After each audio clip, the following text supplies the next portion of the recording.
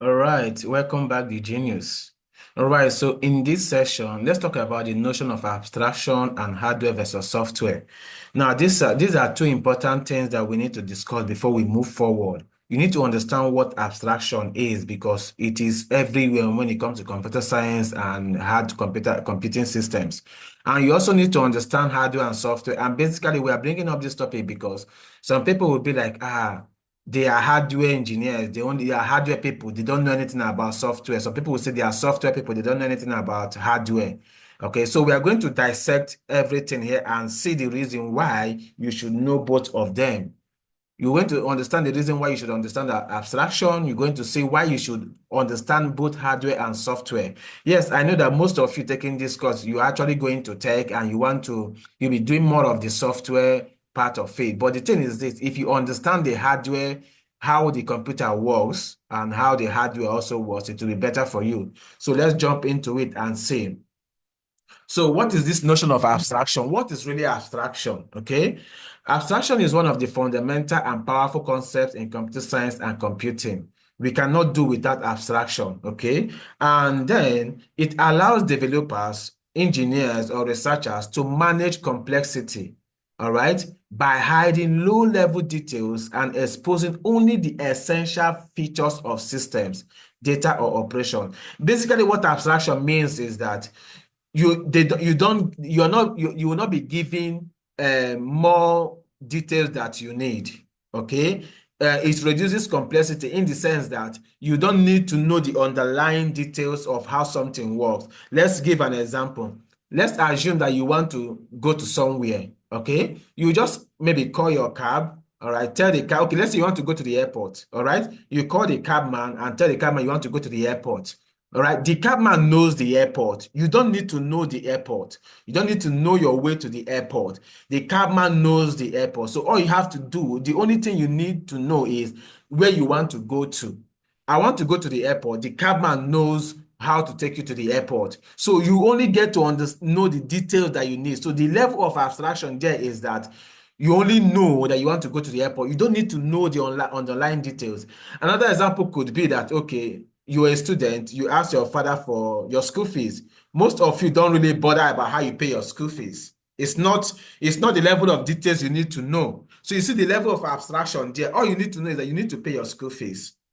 But you don't need to know how your parents make the money to pay your school fees. You can see that abstraction manages or reduces complexity by hiding low-level details that you don't need. Okay, so now, abstraction is the process of simplifying complex systems. All right. Now, if I go back to your school fees, you don't need to know the complex details of how to make money to pay your school fees. For those of you who are not paying your school fees, I know some of you pay your school fees, but for those who your parents or your uncles pay your school fees, you don't need to know how your school fees is to be paid. So the complexity of paying your school fees, you don't need to know it. All you need to know is that you need to pay your school fees. Okay. So it simplifies the complex systems by modeling classes appropriate to the problem. So let's say we have a problem to solve in computer science or in any computing system. Okay. You don't need, there are levels of abstractions. Everybody has, every level of abstraction has the details of how they solve the problem. For you, at a particular abstraction level of abstraction, you don't need to know what is the underlying details. Okay. Now, it simplifies the complex systems by modeling classes appropriate to problems and working at the most relevant level of complexity. You will be working at the most relevant level of complexity. You don't need to know what is underneath.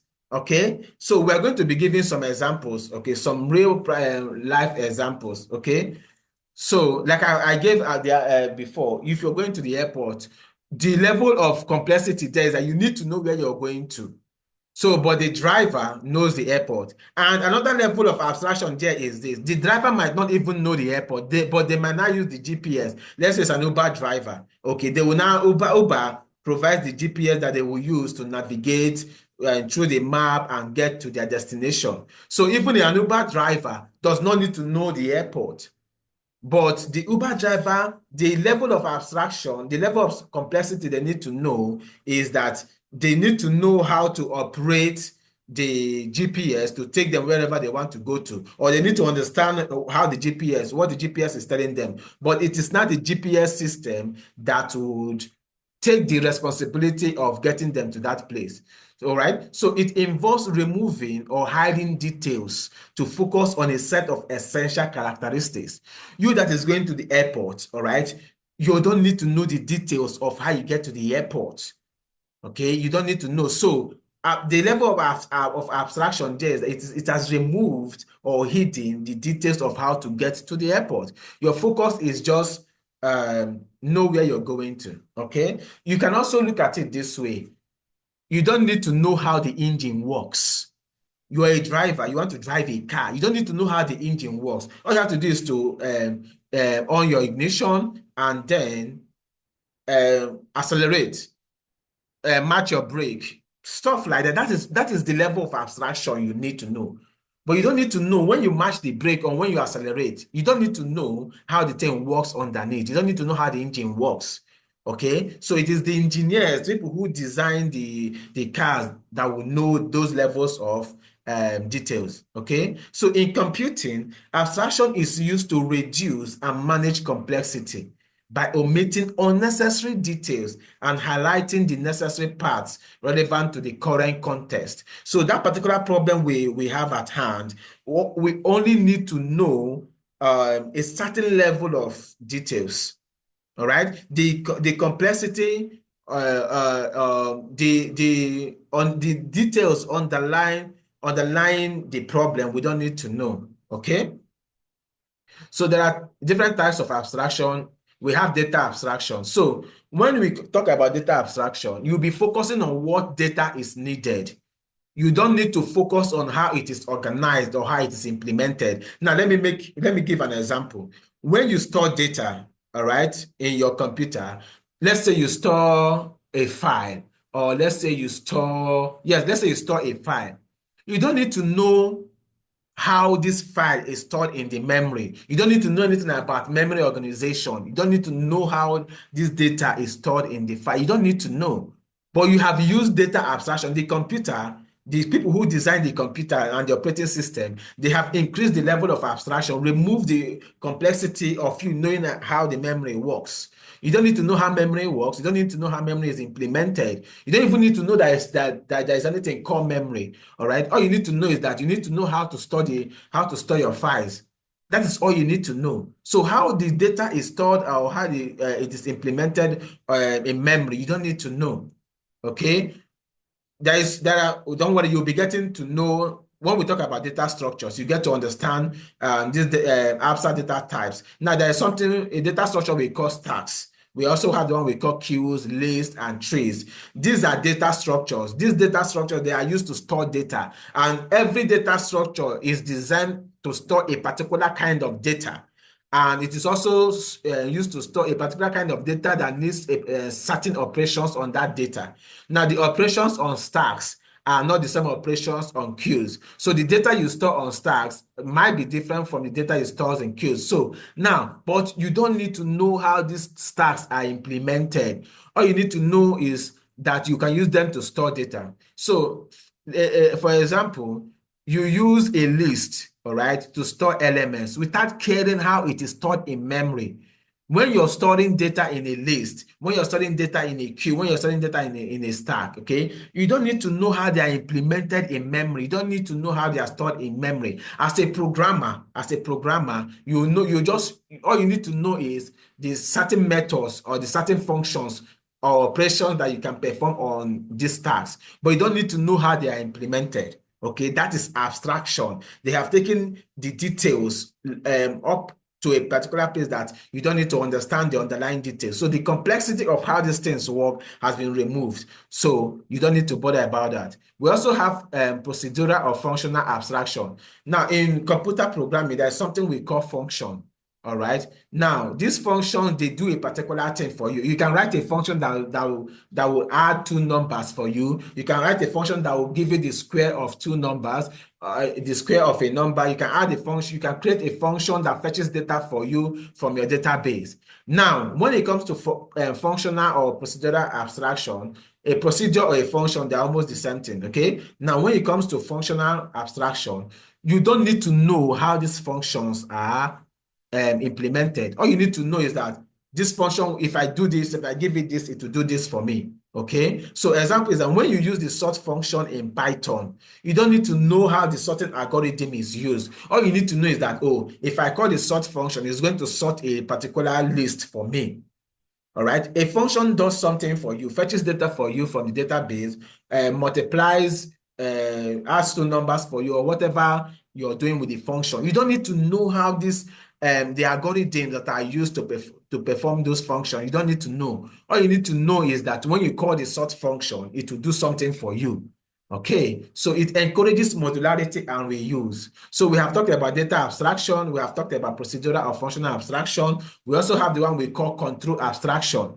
Now, there is something we call control flow in computer programming. We talk about the loops, we talk about the conditionals, okay? Now, you can actually write these loops yourself, okay? But most of the programming languages, they have come up with higher level constructs, okay? Something like map. Don't worry, you see them when you start writing programming language. You see map, you see filter, you see for each. Now, each of these functions, all right, they have implemented these control flows for you. You don't need to do it yourself. All you have to do is to use the functions.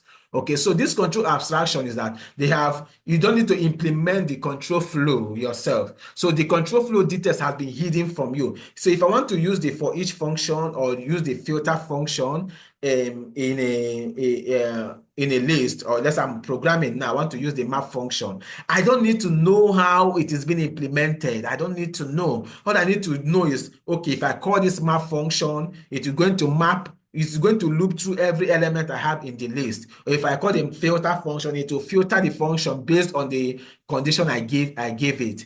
That's all I need to know. I don't need to know how it's been implemented. Okay. Now, we also have abstraction in object-oriented programming. There's something we call OOP, object-oriented programming. Here we use classes.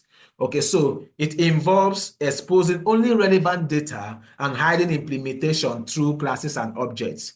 All right, don't worry, you're going to be seeing things like this. Object-oriented programming, we discuss about it in later chapters. Okay, so then when you create your classes, you use access modifiers to give access to the things that you want the person who will be using the classes to know. Now, so some things you will hide them, like implementations of all the things, or the implementation of your classes and objects. You can hide them. The user of your class don't need to know. But the user of your class will use something we call access modifiers to have access to the few things you want them to see. All right. So abstraction can also be seen in object-oriented programming. Here we use classes, all right, and objects, and then we use access modifiers to expose the things we want people to see. All right. So a car class might expose methods like start engine or drive. But these methods, start engine or drive, you can have access to them, you can use them, but you don't need to know how the start engine is implemented. You don't need to know the algorithm. You don't need to know. All you need to know is that if I call this start engine function method, it is going to do something for me. But you don't need to know how it is doing it. Just like you don't need to know how the driver, your cab driver, your taxi driver will take you to the airport. All you need to know is that take me to the airport, and they will take you to the airport. Okay? So we also have something we call the layered abstraction in system design. Now, I want to make you understand something. You see this computer that you're seeing, whether your phone or your laptop, okay? You don't need to you don't need to understand that everything we are doing here has to do with electrons. Yes, you don't need to understand that. You don't need to understand that everything we are doing here has to do with the transistors. You don't even need to understand that your computer is made up of transistors. You don't need to know, all right? You don't even need to know that there's something we call logic gates. transistors are the smallest unit of your of a computing system. Then these transistors are combined together to create logic gates. So when we are at the level of logic gates, we no longer think of transistors. Logic gates are a combination of different transistors to make up a logic gate. So when we are at the level of logic gates, we don't need to know about transistors because we are not on that abstraction. We're on a level, another level of abstraction. We're on the level of logic gates. So logic gates will abstract the details of we don't need to know the voltages, the variation of voltages in the transistors. We don't need to know those things. But when we are working with logic gates, we're only working with zeros and ones. But when you get to the transistor level, you're not working with zeros and ones. You're working with the variations of the voltages of the transistors. Okay, so when we get to the level of logic gates, we're no longer talking of transistors. Then if you put logic gate, two or more logic gates together, you will get a logic circuit. Okay, and now this logic circuit, when we get to that level, we are no longer talking about logic gates. You can see the different levels of abstraction. When we are working with logic circuit, all right, we are no longer talking of logic gates because logic gates are we combine logic gates together to make up logic circuit, and we combine transistors together to make up logic gates. So when we are at the level of logic gates, we don't talk about the abstraction, the transistors anymore. When we are at the level of logic circuit, we don't talk about the logic gates anymore. Do you understand this? So it is the level of abstraction. Let me give you another example. In your body, our body is a full system, but it is made up of cells. That's the smallest unit. So cells come together to make up a tissue. So when you are at the level of tissues, you no longer talk about cells. You're not concerned about cells. You're no longer working with cells. All you need to understand is the tissue. You don't need to understand the cells that make up the tissue. Then these tissues make up organs. You can see the level of abstraction has increased. When we are at the level of organs, we are no longer talking about tissues or cells.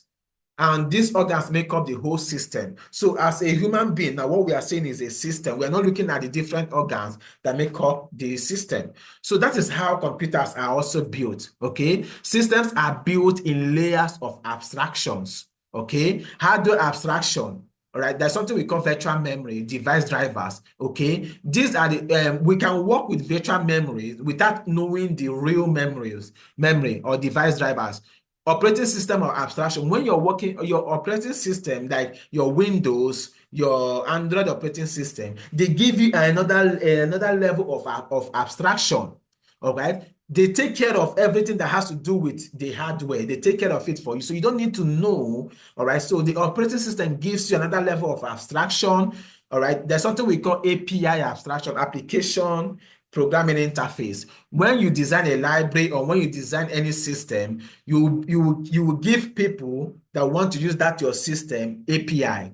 So this API is what they will now use, all right, to interact with the system. But they don't need to know the underlying implementation of the system.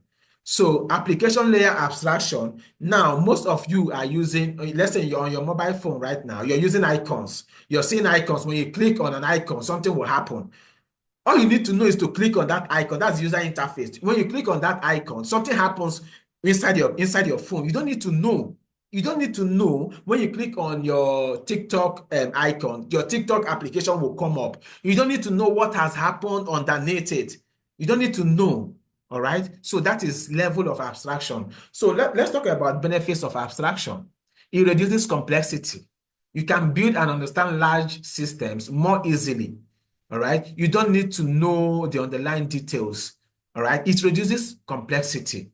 All you need to know the level of things you need to know. You don't need to know more than what you need to know to make something work. All right. Just like now, your generator. Okay. You can use your generator. All you need to know is to know how to on the generator. Is either you're using manual or using key. You don't need to know how the plug works. You don't need to know how all those things work. But when your generator has issues, then you need somebody who has a lower level knowledge. Do you understand? That means you need to go a level down. All right? That is when you call a mechanic who knows lower level of it. Then your mechanic only knows how to fix them. They don't know how to put them together. Do you understand these levels of abstraction? The company that produces this generator, they have the lowest level of abstraction. Then your mechanic needs to know a higher level. They don't need to know how to create a generator. They need to know how to fix a generator when it has issues. Then you, as the operator or the user of the generator, all you need to know is how to on your generator. When your generator is having issues, it's not starting again, you call another person who knows a lower level, who has a lower level detail of abstraction. Okay, so it improves maintainability. All right, making changes to implementation don't affect users. You get to understand this when you start maybe writing some code or doing some certain things. Okay, it enhances reusability.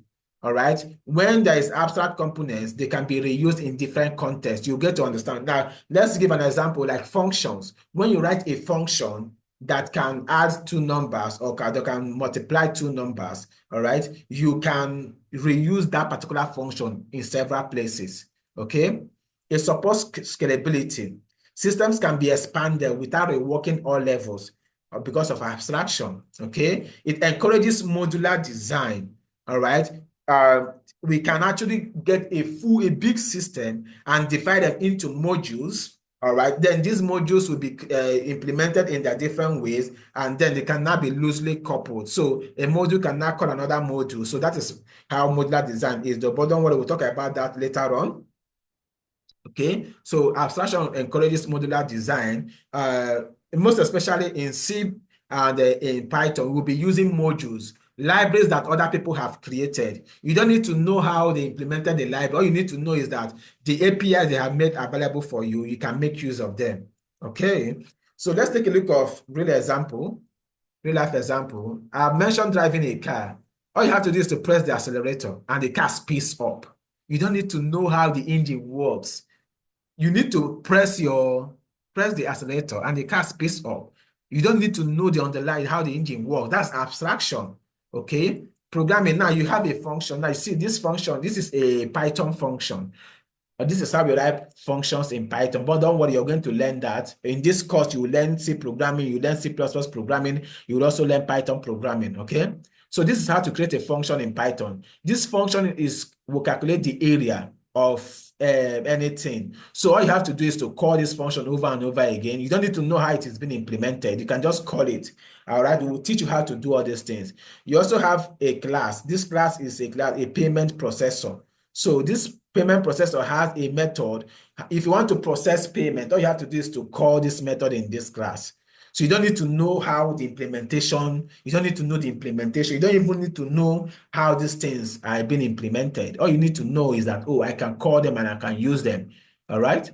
So abstraction in software architecture, there's something we call MVC, Model View Controller. Most especially, we use it mostly, I use it mostly in web programming. All right. So now it separates data, interface, and logic. Your interface, which is the view, does not need to know how this data is gotten. It doesn't need to know whether this data is gotten from the database. It doesn't need to know where it's gotten. All you have to do is to say, give me the data and I will display. Now the view is the displayer of data. All right, the view is what you see. All right, when you go to the website now, the interface is the view. All right, so the view is what you see, is what you interact with. So, but the data is coming from somewhere. It's coming from the module. All right, so these are different. Then the logic is the controller. So when we perform the logic, the business logic is different from where we show you the data, and where we get the data is different from where we perform the logic. So you see separation of concern there. Everybody has their own job. Okay, so MVCs are one of the abstraction we see in software architecture. There's something we call microservices. Each service, now we can have a big system that you want to be, a big software that you want to build. You can divide them into different micro services and then manage them independently. So each service abstracts a business function and can be managed independently. MVC microservices are examples of abstraction in software development, API design, RESTful APIs, GraphQL APIs. They abstract internal logic and exposes endpoints. Don't worry, as you get in this journey, especially this API design, you'll be doing this, especially when you're a back-end developer. All right. Where in our back-end development courses, we teach you how to design APIs and how to create RESTful and graphical APIs. So you'll be learning that in another course called the back-end development, whether you're using Node.js or you're using Fast API. Okay. So we can also take a look at abstraction in hardware and operating system. All right. There are so many of them. Hardware abstraction layer, it allows the operating system to interact with hardware through standard interfaces. Now, you interact with the operating system will interact with the hardware, but the operating system will not interact directly with the hardware. The operating system will interact with something we call the hardware abstraction layer. Do you understand it? There's something we call virtual machines. Now, most times when you run your code, let's say you have a Java code, you run a Java code, all right? There's something we call virtual machine. We have Java virtual machine. We also have Python. We also have virtual machines for Python. And even C# also have some virtual machines too. Now, these virtual machines, they act as if they are the hardware. All right. So you don't interact with the hardware directly. You interact with Java virtual machine. So the bytecodes you generate from Java code, they will be executed by the Java virtual machine. So this is another level of abstraction. File systems. When you go to your phone or your laptop, you will see your file system, but you don't need to know how this data is stored physically in disk. You are storing data in your file system, but you don't need to know how this data is stored in disk. So this is the hardware abstractions and operating system abstraction. File system, virtual machines, hardware abstraction layer. Okay, so in conclusion, abstraction is at the heart of every major breakthrough in computing.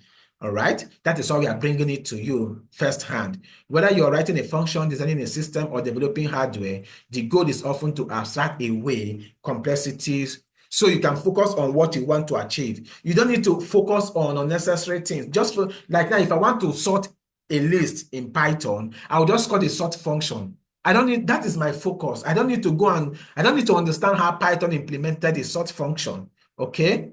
So that is it for abstraction. Now let's talk about hardware software. And I mentioned before, the reason why I am bringing this up is because sometimes software developers will be like, they don't need to understand hardware. That's a very big mistake. And that is why, because you want to go into tech, we are giving you this course as a scholarship course.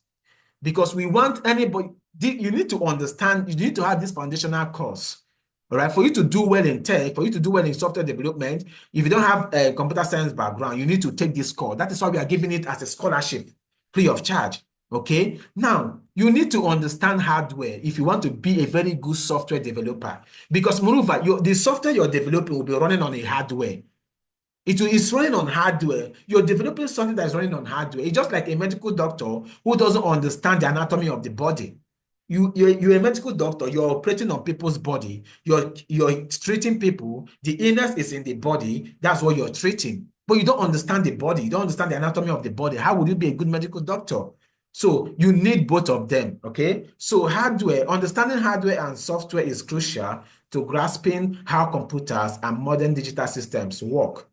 These two components are tightly interrelated but serve very different purposes. All right. Then knowing one without the other leads to a very limited understanding and capability in computing.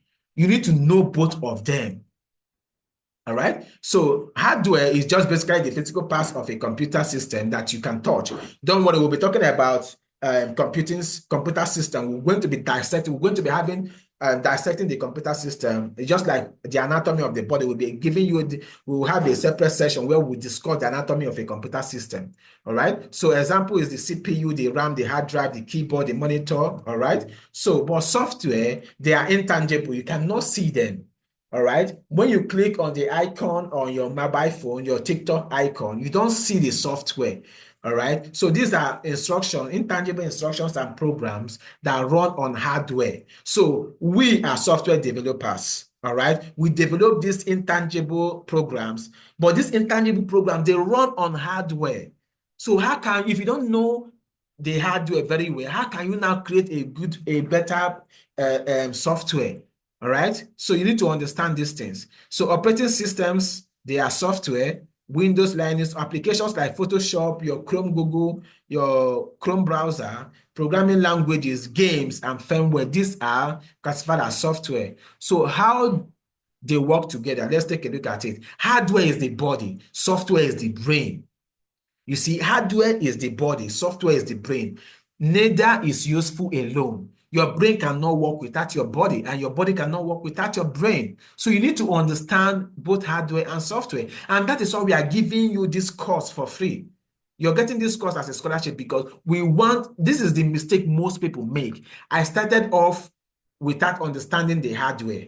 I started off learning computer programming because I studied biochemistry. I didn't study computer science. So when I started learning programming and stuff like that, there were certain things they were mentioning to me that wasn't making sense to me. They would tell me that int when I want, I started with C sharp. So when I want to declare a variable, I have to say int, then the name of the variable.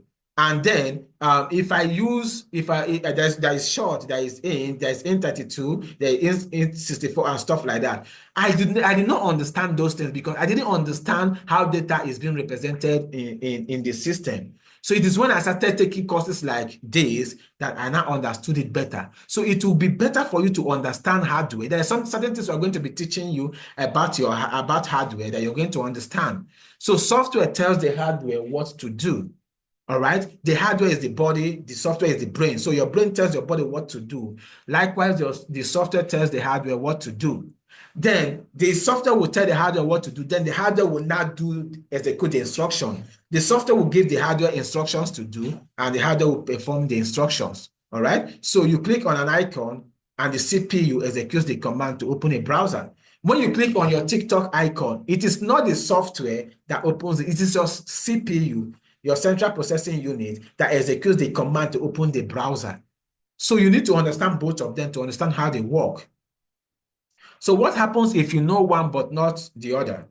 Now, knowing software alone and you don't know hardware, you can write code or build applications, no doubt about that, okay? But you may not optimize performance or memory usage. And these days, if you don't know how to optimize your software to be very performant and make use of less memory, you're not a good developer. Okay, you need to, now you will not understand hardware limitations. You will not understand bottlenecks and timer throttling. Okay, you will not understand how to debug hardware level failures. You may not know how to work with embedded systems.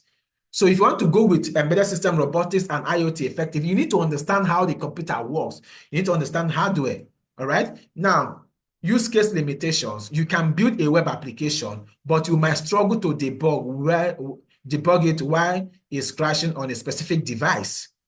Okay, so when you know software only, when you study data types, a software, now, when you study data types, okay, a software concept, you will understand how the finite, now, there's something we call finite word length of a computer. So I just gave you an example. When I was studying C# programming, I didn't understand all the data types and how they are being represented and number of bits or bytes that are needed to represent that data. So it was confusing. But I started understanding it better when I got to understand word length of a computer. Every computer has something we call word length. Okay, how many bits can this computer carry at a time? Don't worry, we'll talk about that. Let me not confuse you. We'll talk about that, all right, in this course. So if you don't understand the finite word length of a computer, which is a hardware concept, you will not understand the concept, the notion of data types and how they are being represented.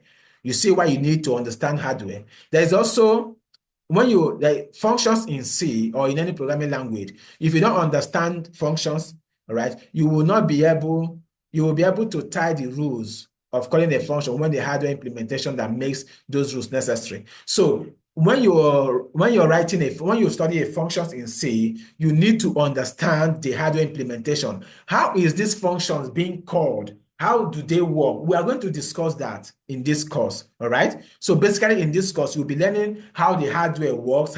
You remember, software gives the instructions, hardware executes the instructions. So you as a developer, you're creating the software, the instructions.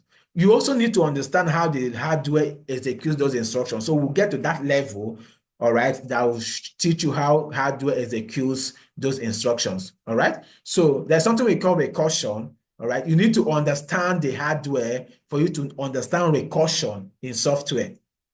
All right. When you study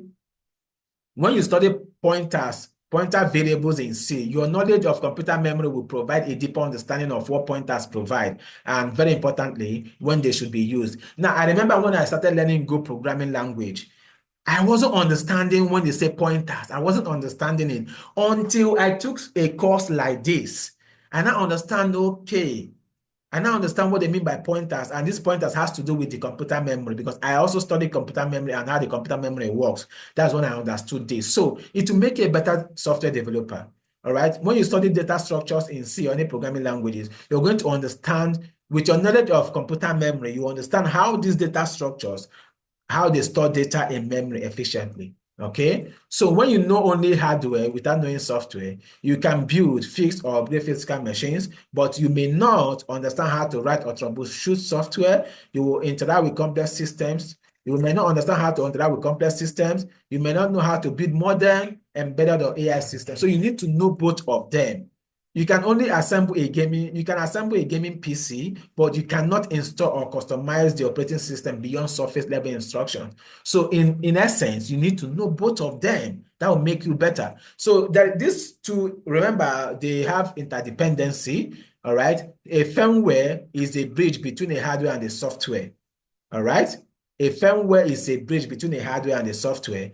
Drivers, your computers have drivers. So these drivers are softwares that allow the operating system to talk to hardware. Now, you may not understand what I'm saying, because you don't, if now your program, your software, the software you write talk to your operating system, and then your operating system talk to drivers, and drivers talk to the hardware. You see the hierarchy. So you need to we are going to teach you how these things work, okay?